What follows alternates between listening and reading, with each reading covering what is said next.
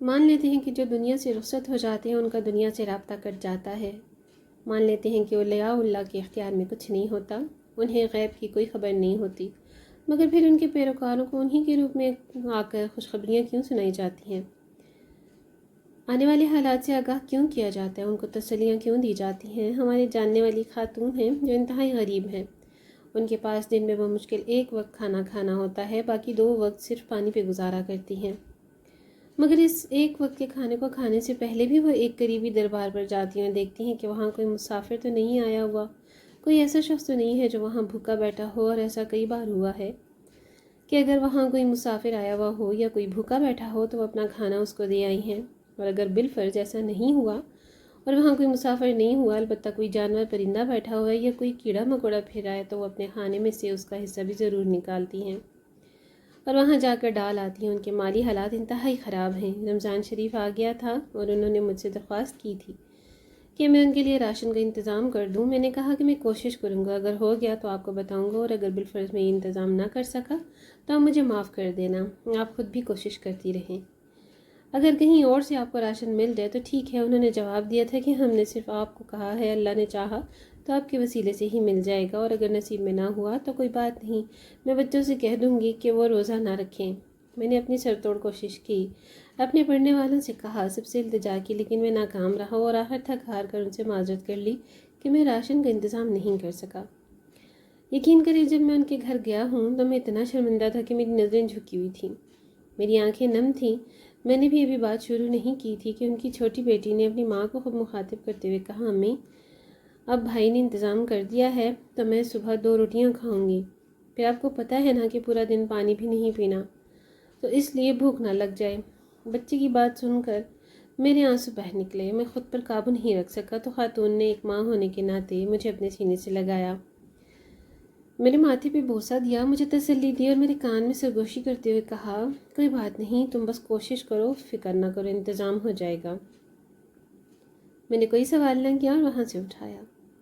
چونکہ میں خود بھی مزدوری کرتا ہوں، میرے گھر میں زیادہ سے زیادہ 1 ہفتے کا راشن ہوتا ہے۔ اب رمضان شروع ہو چکا ہے تو میں نے اپنے پورے ہفتے کا راشن اکٹھا بازار سے اٹھا لیا تھا، اس میں سے اپنا آدھا راشن اٹھا کر میں نے ان کو دے دیا اور بتایا کہ میں مزید انتظام نہیں کر سکا۔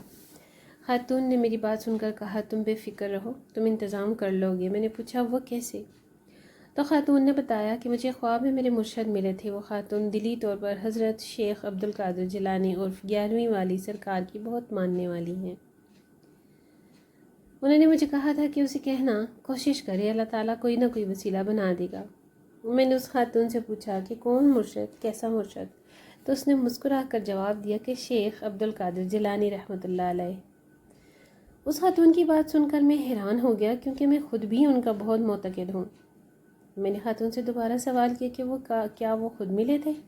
اس خاتون نے جواب دیا کہ مجھے ایک نورانی چہرے والے بزرگ ملے تھے، میرا دل کہتا ہے کہ وہ وہی تھے۔ میں نے ان سے پوچھا کہ انہوں نے میرا نام لے کر آپ سے کچھ کہا؟ تو اس خاتون نے کہا، نہیں، بس انہوں نے اتنا کہا تھا کہ اس سے کہنا کوشش کرتا رہے، اللہ تعالیٰ کوئی نہ کوئی وسیلہ بنا دے گا۔ میں خاتون کی بات سن کر حیران رہ گیا، گو کہ آج دور حاضر کے لوگ اس بات پر کسی بھی صورت یقین نہیں کریں گے، اور ہم چاہیں تو ہم کوئی ثبوت بھی نہیں دے سکتے۔ میں نے اس خاتون سے پوچھا کہ تم نے یہ گمان کیوں کیا کہ اس سے مراد میری ذات ہے؟ میں نہیں، میں ہوں۔ میرا سوال سن کر اس خاتون نے جواب دیا کہ ہم نے آپ کے سوا کسی اور کو راشن کا کہا ہی نہیں ہے، کیونکہ پچھلی بار ایک شخص میری بیٹی کو راشن دلوانے کے نام پر لے گیا تھا اور وہاں جا کر اس سے نازیبا حرکات کی تھی۔ اس دن سے لے کر آج تک ہم لوگوں نے کبھی آپ کے گھر کے سوا کسی اور کی دہلیز سے کچھ نہیں مانگا۔ ہمیں جب بھی ضرورت پڑی ہے اللہ تعالیٰ نے آپ کو وسیلہ بنا دیا ہے۔ خاتون کی بات مکمل ہوئی تو میں نے ان کو وضاحت کی کہ میں خود مزدور ہوں، البتہ میرے کچھ نیک دل، رحم دل، اللہ تعالیٰ کے پیارے قارئین، پڑھنے والے ہیں، وہ ہمیشہ میرے کہنے پر آپ جیسے لوگوں کے لیے مالی تعاون کر دیتے ہیں، مگر اس بار ان لوگوں کی طرف سے مجھے کچھ خاص مدد نہیں ملی، اس لیے میں انتظام نہیں کر سکا اور آپ سے معذرت کر لی ہے۔ البتہ جو بات آپ نے کی ہے اس بات کی وجہ سے میرے حوصلے کو تقویت ملی ہے، میں دوبارہ کوشش کروں گا اور اللہ نے چاہا تو انتظام ہو جائے گا۔ میں اپنی بات پوری کر کے وہاں سے چلا آیا۔